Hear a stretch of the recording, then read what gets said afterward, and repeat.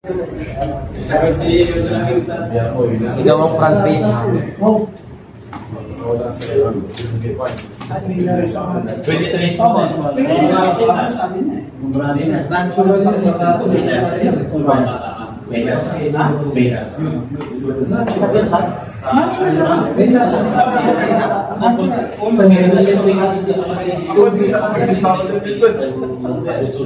Okay, paki-mention yung ayah. Fala'allaka baqi'un nafsaka. Pag ilang ayaw na tayo sa fala'ala, nung ilang ayaw fala'allaka baqi'un nafsaka ala atharihim?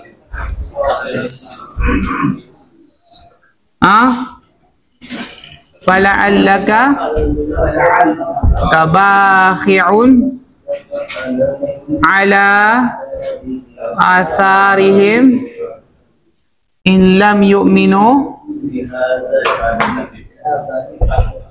fi hada o bihada? Fi. Okay. Bihada? Bihada al-hadithi asafa. Then next ayah. Next ayah. Inna yalla inna ja'alna ma 'alaiha ma 'alal ardi ma 'alal ardi zinatan laha tapos linabaluwahum ayyuhum ahsanu amala. Tapos next, wa inna laja'iluna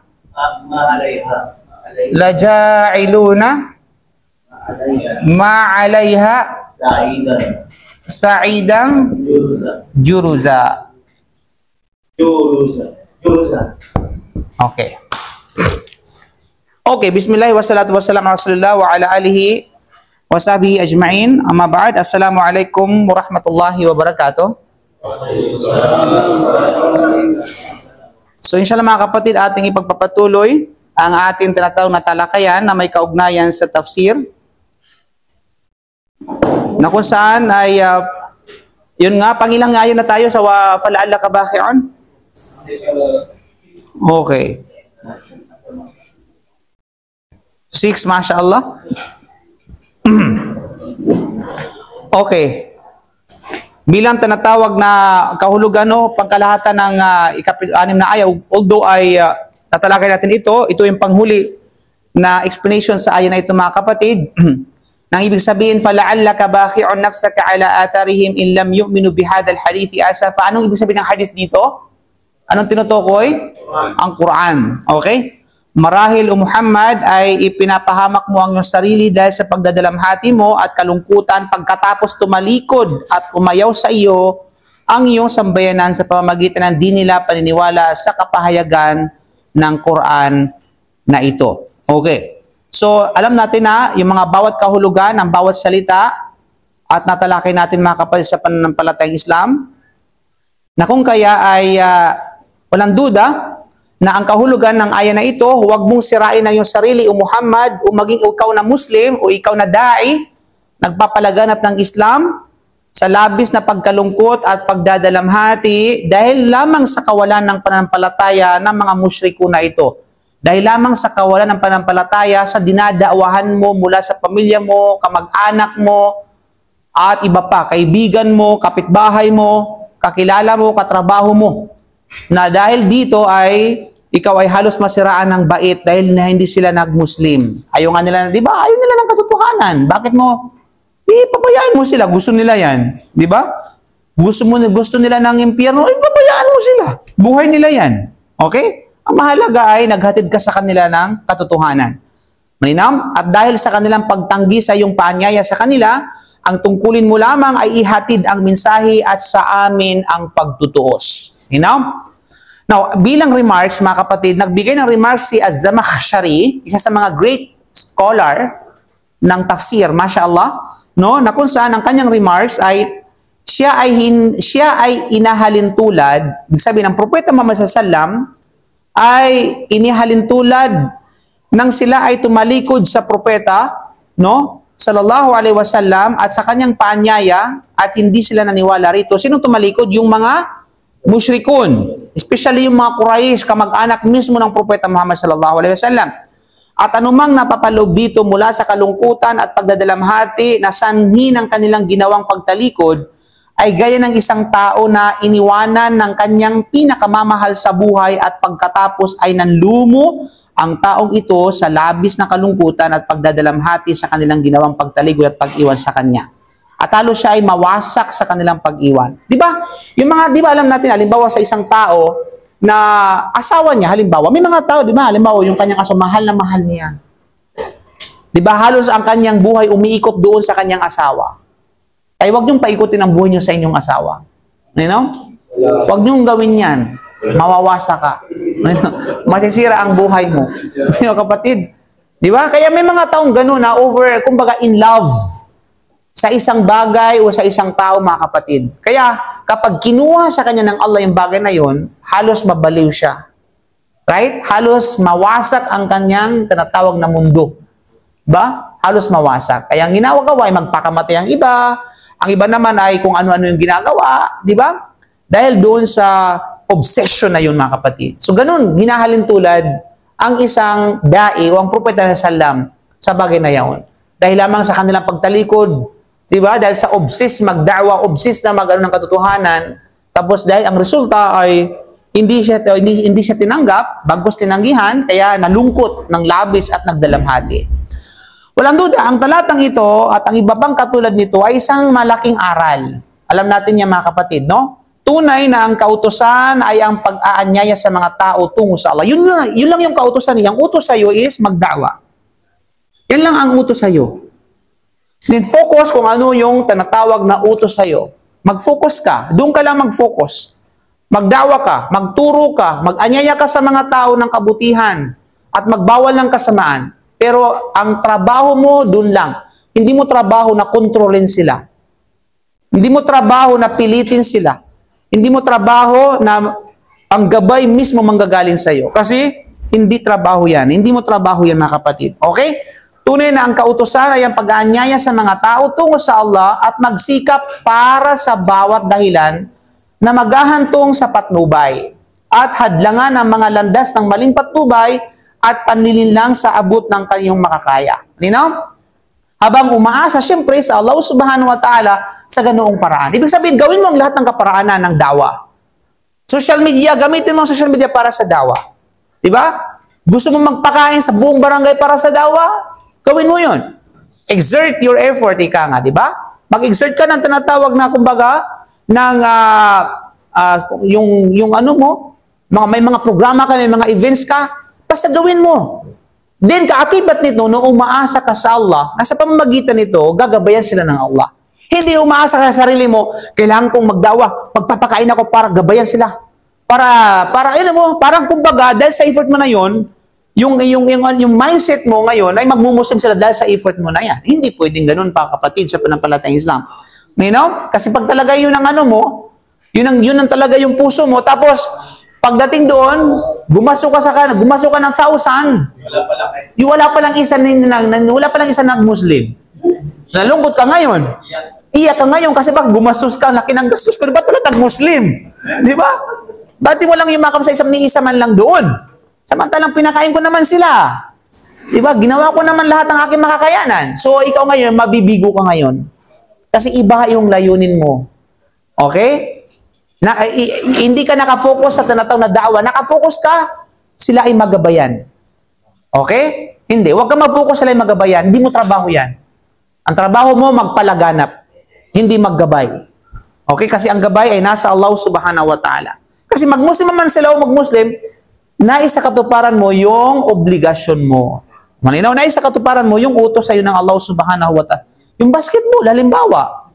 Di ba? Oh, para naman gumising si Ekong, pag basketball talagang yung diwa talaga, no?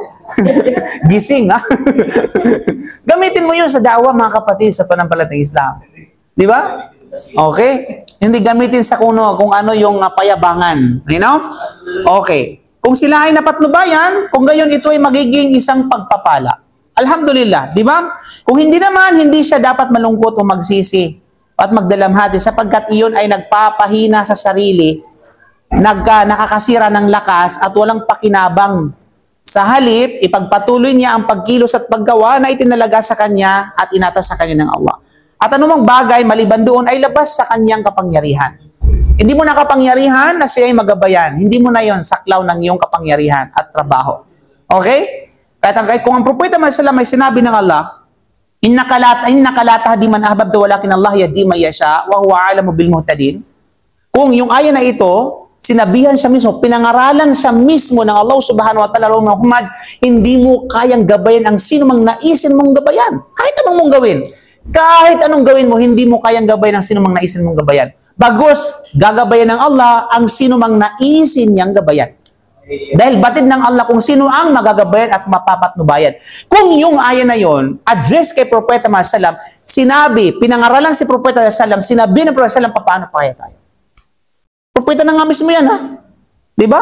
Sinabihan siya ng Allah na ganun, paano pa kaya tayo mga kapatid na ordinaryo, na pipitsugi lamang, kumbaga?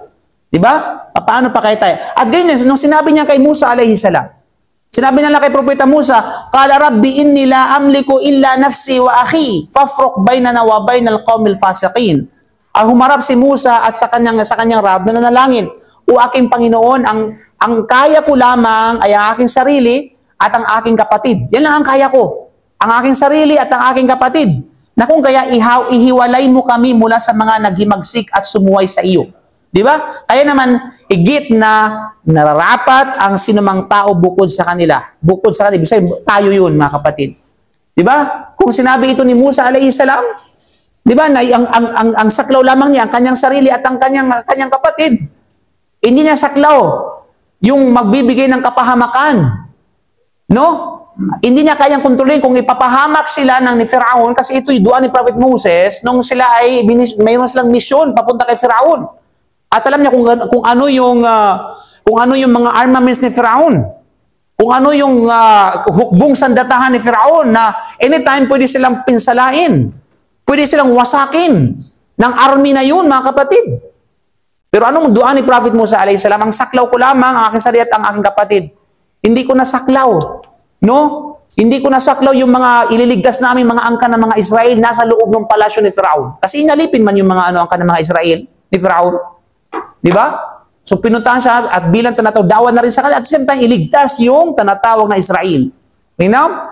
Okay, ang mga angkan ng mga Israel. Kaya nga, ibig sabihin, kung itong bagay na ito, di ba? Ito ay ginawa ng mga propeta, paano pa kaya tayo mga kapatid sa panampalatayang Islam? Kaya pag tayo nagdadawa, sabi lamang natin, Ya Allah, gabayan mo ang aking dawa. At naway sa pamamagitan na ito ay iyong gabay ng ibang tao. You know? No, merong isang pagnilay-nilay sa mga aya na ito mga kapatid sa panampalataya. Bago tayo tutungo sa sunod na aya, yung phrase na ito, فَلَعَلَّكَ بَاخِعٌ عَلَىٰ آثَارِهِمْ. Okay, marahil ay maari mong sirain ang iyong sarili, Muhammad. Ang pahayag na ito ay nagpapakita kung ano ang kalagayan ng isang mangangaral ng katotohanan. Yun yung dai, tayo yun mga kapatid. Okay? Ito yung actual talagang nangyayari sa ground ng mga nagdadawa. At si Walid. Yan si Walid, mashallah tabarakallah, sila yung nasa field ng dawa. No? Kung saan itinutulak ng tindi ng kanyang damdamin. Kasi minsan dahil sa eager ka ba sa katotohanan, gusto mong i-feed sa kanila yung totoo. Bakit pa? Ikaw na nga yung nasa katotohanan. Ikaw na nga yung minanyaya ng katotohanan ng paraiso. Ayaw mo pa rin. Di ba? Nanggagalaiti ka ba? Naiinis ka. Di ba? Na kahit anong presentation mo na napahaganda ng presentation, halos tumambling ka sa harapan niya para lang maniwala. Gagawin mo, mag-spit ka sa kanyang harapan para maniwala, gagawin mo. Ito yung actual na nangyayari sa grounds, mga kapatid. Ang tawag ng katotohanan, upanyay ng katotohanan na napakalinaw sa pangangatwiran. Alam natin yung totoo at malinaw sa pangangatwiran sa sentido komun ng tao, mga kapatid. At ginawa ng isang tao na ang katapatan ay umabot sa ganoong antas na pumupukaw ng seryosong talakayan sa mga tao. Kung sa kabila nito, hindi pa rin ito tinatanggap ng mga tao, ano ang dahilan ng kanilang pagtanggi? Ano ang dahilan? Alam mo, ang ganda ng presentation mo, yung eagerness mo, yung sincerity mo, kitang-kita sa mga tinatawag na, kumbaga, sa performance mo. Pero bakit, sa palagay nyo, Bakit, bukod sa ulan natin ang Allah nagagabay, bakit ganun na lamang yung pagtanggi ng iba? Sabi ng debate, maganda man siya, pero ayoko magmusuli. Okay? Alam mo kung baka mga kapatid, mayroong connection yung aya na ito sa sumunod na aya. Tandaan natin every aya sa banal na Quran, mayroong connection sa isa't isa. Kasi dito, yung mga naunang aya, yung aya na ito at saka yung mga naunang aya, patungkol yan sa tinatawag na da'wah. Paalala kay Propeta Sallam, right? No, nang tungkulin mo Muhammad, da'wah, huwag kang malungkot, huwag kang magdalamhati, huwag kang magsisi sa iyong ginawa. Di ba? Huwag mong wasakin ang sarili mo kung ayaw nilang maniwala. Pero after that, iba na yung tinutukoy o tema ng aya na ito. Kasi yung pangalawang, kung mapapansin mo yung kahulugan ng aya, patungkol sa mundo, zina, ibig sabihin ay palamuti, yung mundo na ito, di ba? Palamuti at ginawa yung mundo na ito, pagkatapos palamuti yan, wawasakin din naman. Ano ang connection ng previous aya? Right? I mean, is there any relevant? Ano yung connection? Tandaan natin, ito yung mga kapatid, kahit pag nag-aaral ka ng tafsir, malalaman mo yung connection ng aya sa isa't isa. Okay? Ito yung dawa. Samantalang ito ay zina ng palamuti ng mundo. So what's the difference? Anong connection? Anong relevant nila? Okay. Ang relevant nila mga kapatid sa panahon, ito yung dahilan. Kasi bakit? Ito tumutukoy sa dahilan ng pagtanggi ng mga inaanyayahan ng isang dai, inaanyayahan ng Propeta Muhammad sallallahu alaihi wasallam. Okay.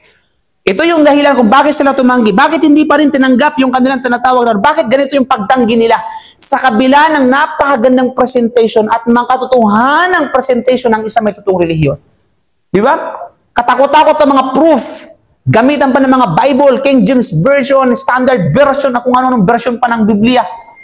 Para lang ikumpara ang bawat relihiyon. Diba? Kapag Buddhist naman yung kaharap mo, mag-search ka pa talaga ng mga ng Buddhism. Para lang maipaliwala sa mali ito at ito yung tama. After that, sa kabila nito, hindi pa rin tinanggap. Kasi ang dahilan mga kapatid sa pananampalatayang Islam ay ang pang-akit ng mundong ito. Okay? Ang kaakit-akit na mundong ito, right? Kasi once in your lifetime, bago ka nag-Muslim, yun ang isip mo dati. Yung mga Muslim kasi bakit? Maiwan ko na yung mga bisyo, maiwan ko na yung baboy, maiwan ko na yung alak, maiwan ko na yung pambababae, maiwan ko na yung mga, kung ano yung mga sabi natin, mga kapritso, di ba? Bawal na sa akin ito, napakastrito ng reliyon, sayang, di ba? Mawala yung kayamanan ko, yung ari-arian ko pag nag-Muslim ako. Ito yung, bagamat sa puso niya, sa rin niya na yung ang isa may totoo. Di ba? Alam niya. Si Firaun, alam niya ang totoo. Mga kapatid sa pananampalatayang Islam. Pero kung bakit natin tinanggihan? Kasi bakit? Dahil sa mundo. Dahil sa kapangyarihan na meron siya. Status na meron siya. Yun yung connection ng tatawag na aya, mga kapatid sa pananampalatayang Islam. Yung kaakit-akit, no? Yung mapang-akit ng mundong ito. Ang kasalukuyang mundo ay walang duda, ay sobrang kaakit-akit ng isang tao ay nahihirapang umangat sa taas nito, mga kapatid sa pananampalatayang Islam. Kung kaya't hindi niya mahahawakan ang kahalagahan ng panawagan para sa katotohanan, hindi kayang hawakan yung kahalagahan ng tinatawag na ng paanyaya sa kanya tungo sa katotohanan. Naglalayong agawin ang kanyang atensyon mula sa kahali-halinan ng mundong ito, no? At ilihis ito sa tungo sa isang daigdig na ang kaakit-akit ay hindi agad nakikita ng isang tao. Walang duda, no? Ngunit ang mga atraksyon ng mundong ito ay pansamantala lamang. Umiiral sila hanggang sa matapos ang takdang panahon para sa paglilitis sa tao. Pagkatapos ito, ang kaakit-akit ng kalupaan ay aalisin, kaya't ito ay mabawasan tungo sa kalagay ng isang tigang na isang disyerto. Walang duda, di ba? So, ang connection ng aya, mga kapatid, ito yung sumunod na aya na pinapamukha sa atin at pinapakita at pinapaliwanag sa atin ng Allah subhanahu wa ta'ala kung ano yung totoo ng mundo na ito. Ang totoo ng mundo ay very attractive. Right? Yung mga palamuti ng mundo na ito ay kaakit-akit at kahali-hali na. Ano ba yung mga palamuti ng mundo? I-mention. Okay? Ah? Tae? Ano yun? Babae lang. Akala ko tae. Babae pala. Okay. Kaya naman, dahil dito mga kapatid, sinabi ng Allah, inna ja'alna ma'alal ardi zinatan laha. The justification, linabaluwahum ayyuhum ahsanu amala. Then after that, wa inna laja'iluna ma'alayha sa'idan juruza. Okay, let us explain every single term sa ayan na ito mga kapatid. Okay? Para malaman mo na ang minamahal na mundo mo, ang halos ang buhay mo umiikot sa mundong ito, subalit unfortunately, hindi ka naman mahal ng mundo. Minahal mo ang mundo, nagpakahumaling ka sa mundo, pero hindi ka naman minahal ng mundo. You know? Ano bang gusto mo? Mahalin? O minamahal? Okay. Okay. So mga kapatid, sa portion na ito ay ating bigyan ng title, no? Ang daigdig na ito ay lugar ng pagsubok. You know? This world is a place of trials. It's a prisoner for believer. You know?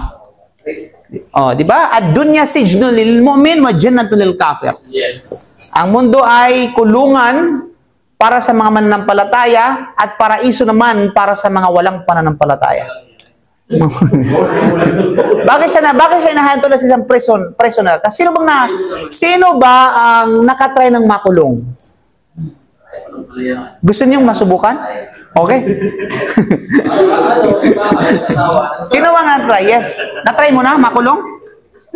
Ano ba ang meron sa loob ng kulungan? Kasi kati ako surot. Kasi personally talaga na-try ko talaga yung makulong, mga kapatid. Malinaw?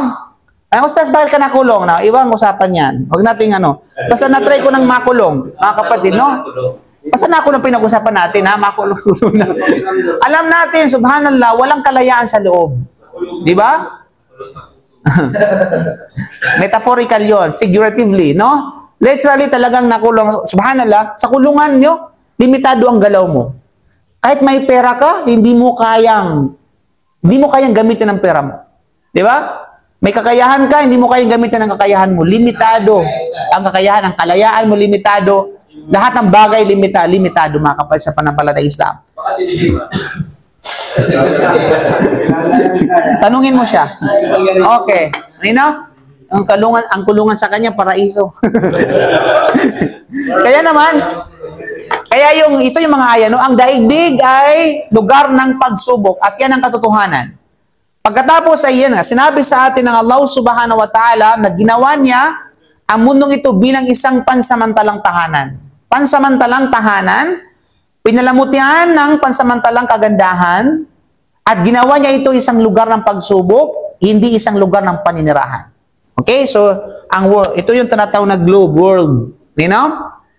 Ito yung temporary lang mga kapatid. Anong lahat temporary dito? Yung happiness,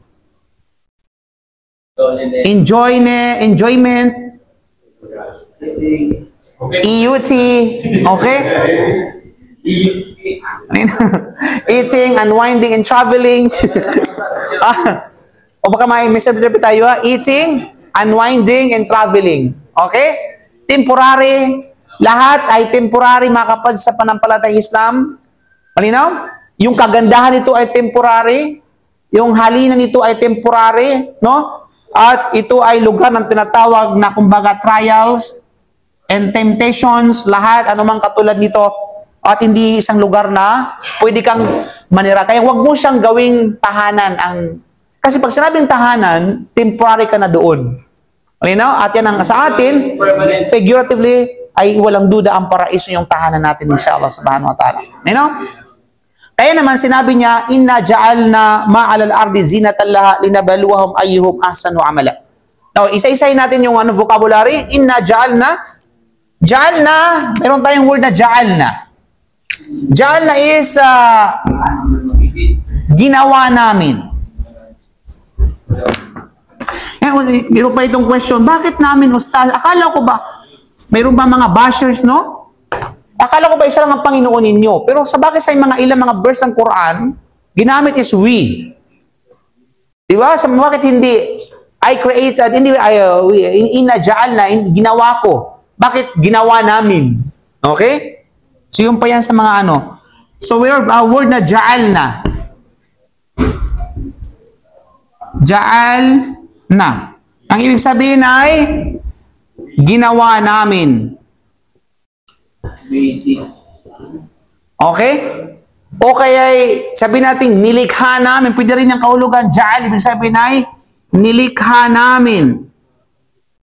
Okay? Nilikha namin. Kasi ang na dito is connected pronoun. Sorry. Connected pronoun. Ma'alal ardi. We have a word na ma'alal ardi. Ang ibig sabihin na ma'alal ardi, mga kapatid, no? Ma'alal ardi.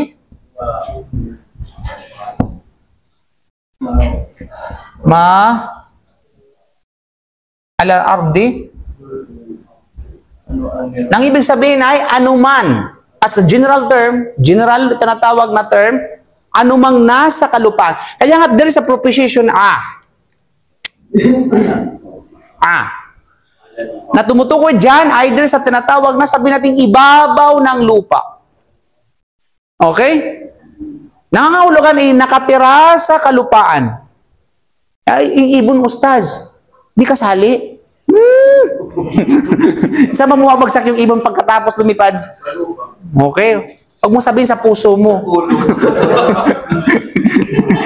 Okay na. Ma'alal ardi.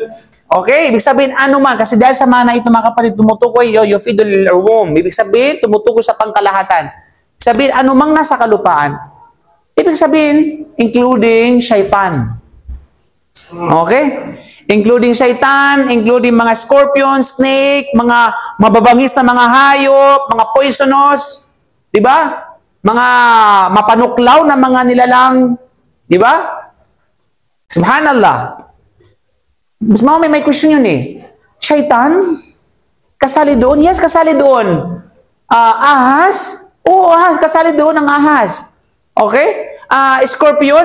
Yes, kasali doon. Zinatan laha, bilang palamuti sa mga ito. So, paano naging palamuti ang shaitan? Tanong, right?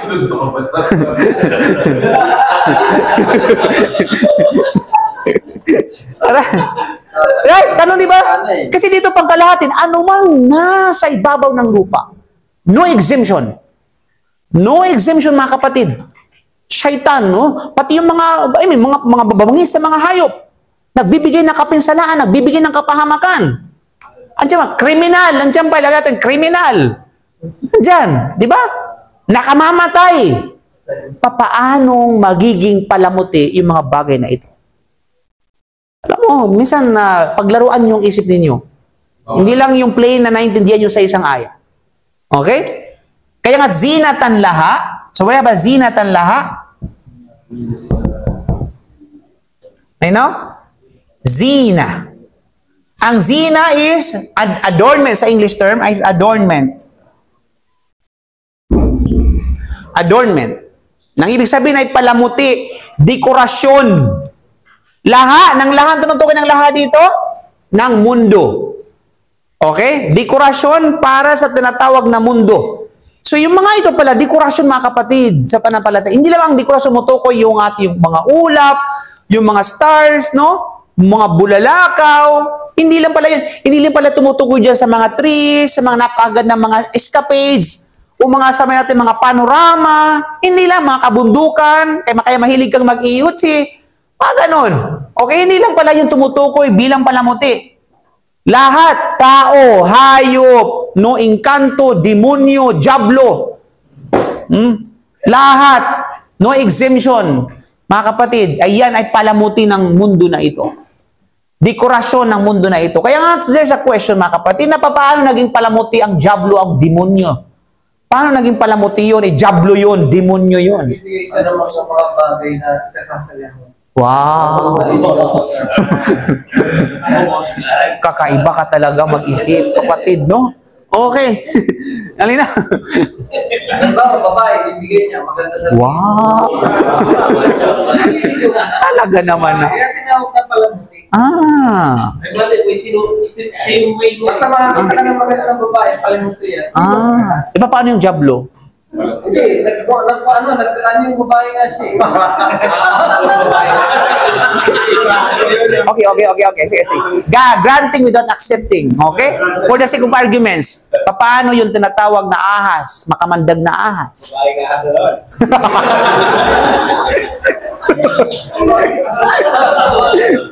Okay. Malinaw? So dito, sa phrase na yan ito mga kapatid, ito yung katotohanan ng mundo. Okay? Bagamat ito yung katotohanan ng mundo, which is mundo at palamutin nito, ang justification ay nasa ibaba. Kasunod na phrase. Linabaluahum ayyuhum ahsanu amala. Linabaluahum, ito ay tinatawag nila, ang sabihin ay sabab. Illa, ang sabihin yung li dito, ay para sa tinatawag na justification. Okay? So itis ko na to ha. Para sa tinatawag na justification, li. Okay? Kasi maraming klase ng li, merong li nga na brand ng company. Okay? Linabuluhum yung li dyan ay for tinatawag na ta'lil. Okay? Ibig sabihin for justification. Okay, linabaluwa. Another nabaluwa. Yes. Ibig sabihin ay tinatawag na yung root word niya ay walang iba kundi ay sabihin natin ay bala. Okay? Bala nang sabihin ay ito ay tinatawag na test Saya manoy. Test and trials. Malinaw? Then whom, walang duda, ang whom dito ay okay? They. Ibig sabihin ay connected pronoun na tumutukoy sa pangmaramihan, third person. Okay? Linabulam upang subukan namin sila. Sinong sila? Sinong sila? Mga taong, mga alipin ng Allah na nakatira dito sa kalupaan. Malinaw? Yung mga kapatid. So yun yung dahilan kung bakit ginawa ng Allah subhanahu wa ta'ala na mundo na ito at ginawa yung mga palamutin nito, including yung mga jablo, mga demonyo, mababangis, ano man, upang subukan tayo, ang mga tao, bilang alipin ng Allah. Subukan sa alin, ayyuhum ahsanu amala. Kung sino sa kanila, ayyuhum, ibig sabihin kung sino sa kanila, ahsanu amala, ay ang mahusay sa paggawa ng kabutihan. Ang tinutukoy nito, hindi kayamanan, hindi kagwapuhan, hindi kaseksihan, di ba? Hindi tinatawag na ipaligsahan ng mga bagay-bagay o kung ano-ano, kundi ahsanu amala. Mahusay, no? Okay? Ahsanu, kundi ay tinatawag na mahusay. At pag sinabing mahusay, mga kapatid, pulido. No? Nandyan yung ihsan. Pag sinabing mahusay, kinabibilangan ng tinatawag na nandyan yung ikhlas at sa yung mutabaa ng propeta. Ang tinutukoy dito ay walang iba kundi ay ikhlas at saka mutabaa. Ibig sabihin mutaba, ikhlas, katapatan sa Allah, mutaba, alinsunod sa sunna ng propeta Muhammad sallallahu alaihi wasallam. Yun ang mga ahsan. Take note, hindi yung paramihan ng kabutihan. Hindi. Sa ayan na ito mga kapatid, hindi tayo inutusan ng Allah, hindi tayo sinubukan ng Allah sa mundo na ito para magparami ng kabutihan. Okay? Walang question sa pagpaparami ng kabutihan. Walang question. Anong sabi na? Fastabikul khairat, magpaligsahan kayo sa paggawa ng kabutihan. May no? Pero kailangan mayroong quality, hindi lamang quantity. Anong quality? Mahusay. Kasi hindi lahat ng mabubuti ay pinaghusayan ng paggawa ng kabutihan. You know? Maraming ginawa, pero pagdating po, ini-evaluate mo ngayon, mula sa 100%, 25% lang ang tinatanggap. Di ba? Bagamat marami ang kanyang ginagawa. You know? Kaysa doon sa, kunti lamang yung ginawa pero pulido. Lahat ang kanyang ginawa, pak, lahat acceptable. Mashallah, tabarakallah. Malinaw? Ustad, paano makakagawa ng mabuti? Ang daming tukso. Kaya nga't pagsubok, kasi paano ka makakagawa ng tanatapag pinag-usay kung walang pagsubok? Right? Lahat ang nakikita sa mundo. Oo. O magtakip ka na lang, mag-blindfold ka. Malinaw? Kaya pala marami nag-i-hearing. Okay. So bilang pangkalahatang kahulugan ng aya na yan, katiyakan, ginawa namin sa ibabaw ng kalupaan ang mga nilikha bilang palamuti at kapaki-pakinabang sa mga nanirahan dito upang subukin namin sila kung sino sa kanila ang gagawa ng mabuti sa pamamagitan ng pagsunod sa amin at kung sino sa kanila ang gagawa ng masama sa pamamagitan ng paglabag at gagantihan namin ang bawat isa ng anumang karapat-dapat na para sa kanya. Yun ang general na kahulugan ng aya, mga kapatid. Ang aya na ito at ang aya na kasunod nito, yung ano ito, wa inna lajailuna ma 'alayha sa'idan juruza. Okay, wa inna, ito yun na, wa inna lajailuna. At katiyakan,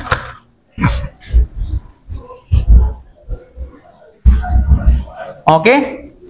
At katiyakan, so dito mga kapatid, no? Wa inna. Dapat nating malaman, okay? Wa inna. Actually, yung inna na yan, ilang ano yan? Ilang phrase ang ilang word ilang phrase ang meron diyan? Dalawa. Ano 'yon? Okay, inna at saka na. Okay? Inna plus na. Okay, equals inna. Okay na? Ito na tawag na idgham kamil. Idgham sa grammar, ano pa sa pagbabasa, idgham kamil. Bighunna. Okay? Kasi nga yung dalawang noong pinag-isa na, you know? At ginawang tinatawag na isa na lamang para sa matipid sa pagsulat. Okay? So inna, ito yung tinatawag na harfu ta'kid. So ito ay tumutukoy sa tinatawag na assurance. Ibig sabihin ay talagang pagbibigay diin, katiyakan, truly, indeed, nais kami. Now, back to the question, bakit plural ang ginagamit? Kasi nga, it's a plural of respect. Plural of, meron tayo niya sa principles, maging sa grammar, sa ibang lingwahe, merong plural of respect. Diba, isa lang tao yung kakatok. Sino po sila? Sino kayo? Kasi parang bastos yun. Sino kayo? Sino po kayo? Sino ka? Okay, sino ka rin? Sino ka rin? Okay, lino? Plural of respect yun, mga kapatid. Higit lalo pat yung kaharap mo, yung isang tao na, kumbaga ay di basta-basta sa lipunan. Di ba? Yan ang ginagamit nila Ustad eh. Nakalataw ay marami. Mga kabubuhan naman nila yung mga yan. Di ba sila marunong, pati sa grammar nila alam yan. Ayun mga kapatid, kaya nga it's a majesty, kumbaga. Igamit sa tinatawag na sa kadakilaan, mga kapatid, sa panampalatayang Islam. Higit lalo kapag involved, no? Kapag involved dito yung tinatawag na sabihin natin, yung proseso. No? Halimbawa, inna ja'alna, no? Ma'alal ardi, walang duda kasi sakop na doon yung mga lupa, yung sabihin yung bukod sa Allah subhanahu wa ta'ala, yung kanyang mga nilikha. Malinaw? Yung sabihin yung yung content, yung konteksto na yun ay kasali doon yung kanyang mga nilikha. Okay, yung lupa at yung anuman dito, kasali doon sa tinatawag na konteksto na yun. Okay. So inna, katitiyakan, wa inna lajailuna. So dito sa phrase na ito, dalawang klase ng takid. Ito yung tinatawag na takid, mga kapatid, ha? Sa Arabic, ganyan. Takid. Nang ibig sabihin ay pagbibigay diin. Pagbibigay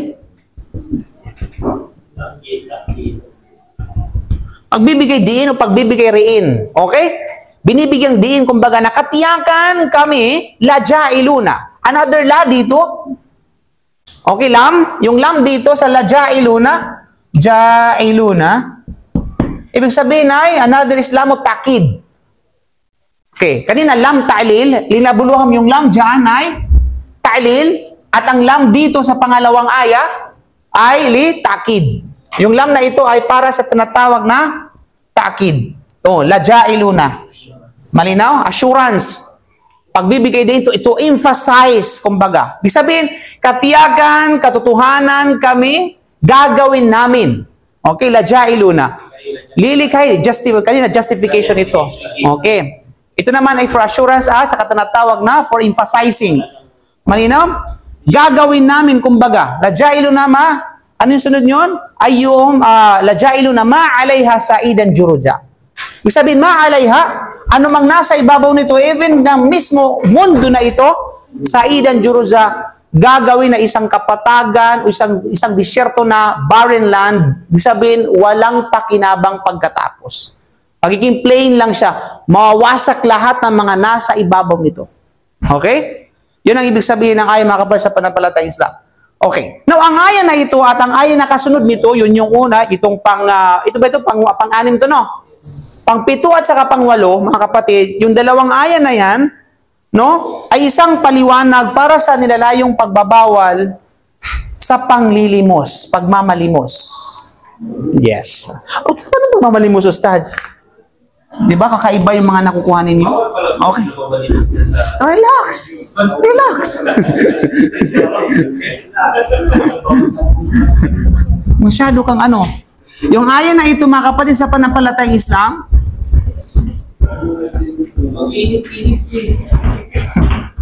itong ayan na ito ay tumutukoy sa tinatawag na pagbabawal.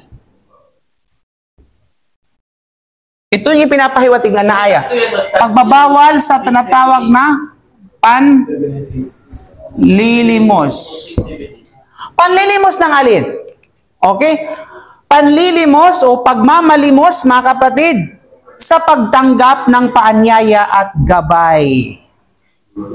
Parang nililimos mo, sige na please naman. Muslim ka na ba? Okay? May na? Pagmamalimos sa tinatawag na gabay at pagtanggap. Pagmamakaawa, yan. You know? Yes, pagbabawal. Kasi bakit? Malinaw? Anong connection ng dalawang aya? Ng aya na ito. Nahahulugan na, kasi mga aya, lalo na kung ating yung mga naunang aya, di ba? Walang duda, mga kapatid. Kasi ba kaya sana sinabi ng Allah, fala'allaka baqi'un nafsaka. Bakit? Bawal ang paglilimos na magmamakaawa sa kanila sa mga inaanyayahan mo na tanggapin nila. Bahala na, basta tanggapin mo lang talaga yung Islam. Tulad ng pagpamakaawa ng Propeta Muhammad sallallahu alaihi wasallam sa kanyang uncle na si Abu Talib. Di ba nagmakaawa siya? Uncle, ya ammi, sige na please. Pag Muslim ka lang talaga at ako nang bahala sa iyo sa araw ng paghuhukom, magiging tinatawag na tagapamagitan mo ako. Nang limos ang Propeta sallam, no? Nagmakaawa sa kanyang uncle na tanggapin mo lang, magsabi lang siya basta banggitin lamang niya ang asyhadu an la ilaha illallah. Subalit pinagbawalan siya ng Allah. Diba, innaka lan tahdi man ahbabta walakin Allah yahdi man yasha. Mga kapatid sa pananampalatayang Islam. Bakit? Kasi kanila ito ay dagdag na walang duda. Kasi bakit kaya ito yung katotohanan? Huwag kang manglimos sa bagay na ito. Sapagkat ito yung katotohanan yan, mawawasak siya pati ang mundong kinabibilangan niya. Okay? Kaya wag mong tinatawag na wag kang wag mo sayangin ang panahon mo, yung ugat mo, no? Sa pagmamakaawa. Dahil yan ay bagay na pinagbawal ng Allah, fala'allaka baqi'un nafsaka ala atharihim. At ito ay dagdag na pag-aliw, no? Pagbigay ng aliw at pagkonsuelo kay Propeta Muhammad sallallahu alaihi wasallam mula sa kalungkutan at pagdadalamhati na naranasan niya dahil sa pagpupumilit ng mga hindi naniwala sa kanilang mga hindi paniniwala. Okay? Now, ibig sabihin, mga kapatid, na alinsunod sa, na para pag sinabi, alinsunod sa aming karunungan o sugo o propeta ng Allah, ginawa namin ang mga hayop, ginawa namin ang mga halaman, ginawa namin ang mga ilog at ang mga gusali sa lupa bilang palamuti para rito at ang mga nanirahan dito upang aming masubukan sila sa kung alin sa kanila talaga ang gumagawa ng mabuti at kahusayan sa mga gawain. Nangangahulugan, susubukan namin sila sa pamamagitan ng ginawa namin na palamuti para sa kalupaan at sa mga kanakatira rito, sino ba sa kanila talagang sumusunod sa aming mga utos at pagbabawal? No? Kung sino sa kanila ang pinakamabilis sa paghahangad na sumusunod sa amin at ang pinakamalayo sa pagkalinlang ng mga pagnanasa at kasiyahan nito. At kami, gayon din, ayon sa aming karunungan, ay gagawin kung ano ang mayroon sila sa mga palamuting ito sa oras na gusto namin hanggang sa katapusan ng mundong ito. Na parang sinabi, kaya nga, sa sino man ang magnanais ng mundo, kapag ibibigay yun ng Allah. Alam doon, pag nais mo ng mundo, walang kalugian sa Allah. Walang kabawasan yun sa Allah subhanahu wa ta'ala. Di ba kaya ang isang tao nalinlang ba? Nalinlang ng kanyang kagustuhan. Halimbawa, gusto ko ng kayamanan. Okay, ito, kayamanan. Okay. So nalinlang siya. Hindi niya alam, dahil sa kanyang kagustuhan, nilinlang siya ng bagay mula sa mundo na kanyang ginusto. Okay? Gusto mo ng babae? Okay! Andyan yung babae. Di ba? Okay. Kung gusto mo ng sabi ng sasakyan, andyan yung mga luxury car. Mag-enjoy ka hanggang sa makalimutan ng tao ang pagkakarason ng pagkalikha sa kanya, makalimutan niyang kamatayan niya, at makalimutan niya ang kanyang kabilang buhay. Okay? Subhanallah. Kaya nga, pag dumating na sa kanyang kamatayan, magbigla na lamang siya. Kaya, isinalaysay ni Abu Maslama mula kay Abu Nadra, mula kay Abu Sa'id, na ang propeta sallallahu alaihi wasallam ay nagsabi, inna dunya khadiratun hulwatun. Biro mo? Ganun din-describe ng propeta mo ng dunya. Sabi niya, ang mundong ito ay matamis at luntian. Anong katotohanan sa mundong ito? Matamis at luntian. Berde. Okay? Okay, ibig sabihin ay green. Pag green kasi, masarap sa paningin, right? Tignan mo, pag ibahin mo pag winter at saka summer sa disyerto, mas magandang tingnan ng mga disyerto kapag may mga yumayabong na mga halaman at umuusbong na mga punlay. Punlay? Okay. Okay? So, matamis at luntian, mga kapatid. Di ba? Khadiratun hulwa. Hulwatun, sweet. Okay? Khadira, ibig sabihin ay luntian. At ang Allah subhanahu wa ta'ala, inna Allaha mustakhlifakum fiha. Fanadhirun madha ta'malun. At ang Allah ay gumawa sa inyo ng mga henerasyon na humalili sa isa't isa. Kumbaga, successor, no? Tagapamahala ng mundo na ito, mga kapal sa panampalatayang Islam. Kaya siya ay nagmamasid sa inyong gagawin. Diba? Tinitingnan ng Allah yung ating mga ginagawa. Ikaw ay successor ng mundo na ito, pero dapat mo malaman na mayroong CCTV. No? Dapat mo malaman na mayroong tagamasid at yan ang Allah subhanahu wa ta'ala. Kaya, ang sabi ng Allah, ang sabi ng Rasulullah, fattaqud dunya. Fattaqud dunya wattaqun nisa. Subhanallah. Fa inna awwala fitnatun bani Israel kanat fin nisa. Mag-ingat, no, sa mga panliling lang na mundong ito at mag-ingat sa mga kababaihan. Bakit, Ustaz? Ang mga kababaihan may bubuga ng ng apoy para pag-ingatan? Parang dragon. Higit pa sa dragon pag nagalit. Okay. Dahil ang unang pagdurusa o lunos na dinanas ng mga angkan ni Israel ay ang mga kababaihan. Diba? So, katakutan ng tinatawag na kababaihan. Hindi sabi na katakutan ng kababaihan, kundi ingatan mo ang iyong sarili, pangalagaan mo ang sarili mula sa mga kababaihan. Kasi yan ang tinatawag na takwa. Okay? Ang takwa, mga kapatid, hindi lamang sa pagkatakot. Okay? Kundi tumutukoy sa tinatawag na protection o shield. Yung takwa, ito ay tinatawag ng the word, sabi na tinatawag na, ang ibig sabihin ng takwa dito, literally, no, ay shield. O, pananggalang.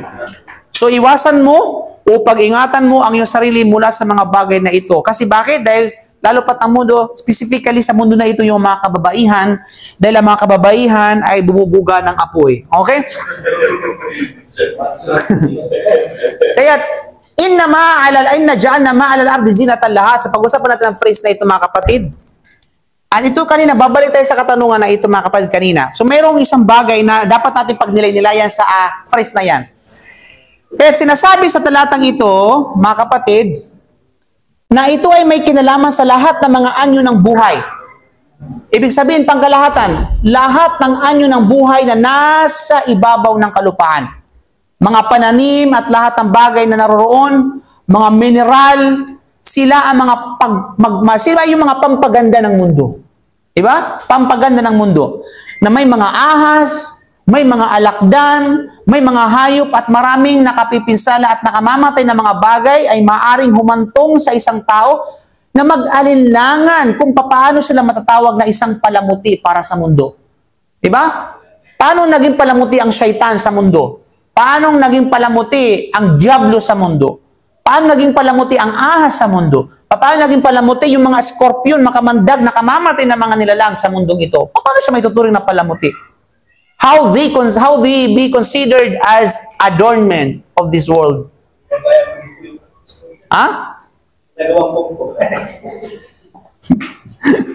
Kaya naman, minsan, nagkaroon ng pag-alinlangan, parang there's something in the Quran, parang may mali sa Quran. Yun yung mga mapaghahanap ng butas ba sa Quran. Maring tanungin nyo ng mga tao na naghahanap ng butas sa Quran. Di ba? Yung mga mapaglarong isip nila. Di ba? Sabi nyo, paano ano ba yan? Jablo, kabilang sa Jablo? Jablo, kabilang sa palamuti ng mundo. Paano naging palamuti yun? Kasi alam kasi natin na palamuti, maganda sa paningin, right? Di ba, pupunta ka ng hotel, ang ganda ng palamuti niya. Pag may mga surot, hindi na palamuti yun. Kasi may surot na. Madidis na kakaagad kasi may surot. Kaya gano'n nagapos may surot. Ano ka na agad? Frustrated ka na agad eh. Di ba? O sabihin natin, tinatawag na gano'n ng kurte, tapos may sunog bahagi, ay hindi na, pangit na. Kasi ang mindset ng tao, pag sinabing palamuti, kaaya-aya, kaakit-akit, no? Sa tinatawag na sabihin natin, sa kanyang mga mata. Pero ibahin mo ang Quran. Kasi ang sabi ng Quran, alal ardi lahat, masama mabuti, nakamandag o hindi makamandag, kaaya at hindi kaaya-aya. Lahat sila kinukonsider na zina. Okay? Dekorasyon. Okay? At minsan ang dekorasyon ay pangit talaga. Pangit lang talaga siya dekorasyon. Diba? Magdidecorate ka pero pangit naman ang labas. You know? Okay, so paano siya naging tinatawag na zina? Yung Diablo, yung demonyo, paano siya naging zina? Yung Scorpio, paano naging zina? Yung makamandag na hayop, na ahas, alakdan, paano siya naging zina? Paano? Okay? So, walang duda, yung pag-alinlangan na ito ay walang batayan dahil sa lahat ng bagay sa mundong ito na itinuturing na nakapipinsala at nakamamatay o sadyang masama ay maaring sa isang limitadong kahulugan lamang. Isang limitadong kahulugan lamang, mga kapatid, a portion of, okay, of each of their meanings, no? Na kung kaya, una sa mga tuntunin ng kabuwang ng paglikha, you know, ay walang masama. Walang masama sa kabuuan ng paglikha. Tandaan natin, parang ano lang yan eh, parang kadar. Halimbawa, di ba meron tayo antumi na bilaywa, malaikat wa kutubu rasuli. Ano pa yun? O antumi na bil khadri khairi wa syarhi. Ibig sabihin yung kadar. Ito, sabi ng akida ito, yung kanatanaw na kadar. Maniwala tayo sa kadar mabuti o tinatawag na masama. Ibig sabihin, mga kapatid, ay merong kadar na masama. Kasi pa, sino bang lumikha ng kadar? Ang Allah. Na pag sinabi mo tinatawag na may masama ang kadar, ibig sabihin masama ang Allah. Kasi nilikha niya yung masama. Ito yung mga minsan tanong sa mga taong ligaw. Di ba? Ay mag-ingat kayo sa mga ganong klase ng mga tanong, upang kapag hindi mo naintindihan yung kadar, talagang ihulog ka nila sa isang patibong. At kapag nahulog ka, wala kang alam na eksplanasyon, maaring ikaw ay madala nila, at maaring isa kang tinatawag na nakatunganga. Okay? Kaya sa mention tato, kada masama. Maniwala sa tinatawag na sabi natin ay mabuting kadar na mabuti. Walang kusya sa mabuti. Yung masama, merong issue. Kasi bakit? Walang duda, sabi kayong mga Ahlus Sunnah wal Jamaah, kayong mga Muslim, na ang kadar ay sabi na masamang itinakda. Bakit? Ibig sabihin, itinakda ng yung Diyos ang masama, ibig sabihin, masama din siya. Yung mga katanungan. Just like this, mga kapatid, katulad ng bagay na ito, mga kapatid sa panampalataya Islam. Pagdating sa kabuuan ng paglikha, perfect. Kasi there is no question sa Allah subhanahu wa ta'ala. O anumang gawain ng Allah, perfect yun. Walang kakulangan yun. Anumang ganawa mismo ng Allah subhanahu wa ta'ala, mabuti yun. Walang masama doon. Okay? Kahit pag ginawa nila, syaitan na lang, syaitan. Yung syaitan na yan. Okay? Yung syaitan. Walang duda, sino bang lumikha sa syaitan? Allah subhanahu wa ta'ala. Pero hindi mo pwede sabihin masama ang Allah kasi nilikha ng syaitan. Kasi ang pagkakalikha kay syaitan, yung word na pagkakalikha, hindi yung mismong si syaitan. Kasi syaitan mismo, syaitan talaga yan. Masama talaga yan. Pero yung pagkakalikha sa kanya, gawain ng Allah yun. Okay? Yung kadar na kung saan tumutukoy sa mismong gawain ng Allah, perfect yun. Perfect. Mabuti yun. Pero yung makdur, yun yung tinatawag na sabihin natin masama. Makdur. Meron word na kadar at meron tinatawag na makadur. Okay? Ang makdur, yun yung mismong ito, syaitan, Kasamaan yung apoy mismo. Apoy, yung pagkakalikha sa apoy, perfect. Pero mismong apoy ay nakapipinsala. Right? Yung effect. Right? Pero yung paglikha sa apoy, which is gawain yun ng Allah. Malinaw kasi walang duda, wala namang ibang takapaglikha bukod sa Allah. Di ba? So lahat ng gawain ng Allah na i-attribute sa Allah, hindi mo pwede sabing masama. Di ba? Wasyaru laysa ilayk, sabi ng Prophet sallallahu alaihi wasallam, wasyaru laysa ilayk. At ang kasamaan sa ay hindi pwedeng i-attribute sa iyo Allah. Malinaw? So naintindihan ba kayo na ito? Magbigay tayo ng plain example. Halimbawa yung alakdan, yung scorpion or yung tinatawag na snake. Ang mismong ahas, kahit pa yung katabi ninyo, hindi ko sabing kayo ha. Okay. Okay. Malinaw? Yung mismong ahas, mga kapatid, anaconda o ano pa man dyan, masama talaga yun kasi tutuklawin ganyan eh. Nakapipisa talaga mismo. Pero yung paglikha sa ahas, hindi masama kasi gawain yun ng Allah. At walang masama sa gawain ng Allah subhanahu wa ta'ala. Malinaw? Ganon din. Yung sinasabi nilang syaitan, diablo, demonyo, mga scorpion, bilang palamuti, kang-anak, paano naging palamuti? Samantalang baboy, nakapipinsala ito'y nakakapinsala, nakakapahamak, no? Nakamamatay. Sa kabuwang paglikha, walang masama doon. Walang masama sa kabuwang paglikha. Okay, bilang panghuli mga kapatid, walang masama. Ang lahat, gaano man kasama, ay ipinuhunan ng maraming benepisyo ng Allah sa ibang bagay. Masama ito pero mabuti sa ibang bagay. Yung apoy, masama kasi nakakapinsa, nakakasulot. Pero maaring kabutihan ito sa ibang bagay. Pagluto, right? Liwanag, di ba? Mga ganun mga bagay. Minsan ginagamit pa sa panggagamot. Yung apoy mismo. Okay? Ginagamit sa tinatawag na panggagamot. Yung kamandag ng ahas, ginagawang tinatawag na antidote. Subhanallah, mga kapatid. Di ba? Kaya't ang medikal na paggamit ng kanakalalason at nakamamatay ng mga anyo ng buhay sa interes ng mga tao ay isang halimbawa na lamang dito. Di ba? Sa makatuwid, ang mga bagay na itinuturing na kahit na masama ay hindi lubusang masama sa mga tuntunin ng pagpapatakbo ng buong sangkalawakan. Yan ang ibig sabihin. Ibig na syaitan. Syaitan masama, syaitan. Pero, merong benefits yung mga kapatid. Kasi bakit? Dahil sa syaitan, marunong kang magpapupup sa Allah. Marunong kang mag-alaala sa Allah subhanahu wa ta'ala. Diba? Kaya, magpasalamat ka kung meron kang kasamahang masama. Okay, masama ka kapatid. Jazakallah okay. Maraming salamat sa kasamaan mo. Kasi dahil dyan, naging mabuti akong tao. Ganun lang yun. Dahil sa kasamaan mo na yan, naging malapit ako sa Allah subhanahu wa ta'ala. Okay? Sabihin, gamitin mo yung mga negatibong bagay into a positive thing. Okay? Ganun lang yun. Mindset ba? Mindset. Okay? So, yun yung mga kapatid. Kaya yun, tinatanata zina, di ba? Sa yan nga, bakit pa paano naging palamuti? Nagsilbing palamuti yung mga bagay na ito? Kasi ito'y sinabi na ito'y naglalaman ng palamuti sa diwa at kahulugan na ito ay nagpapahiwatig ng kaisahan ng Allah na makapangyarihan sa lahat.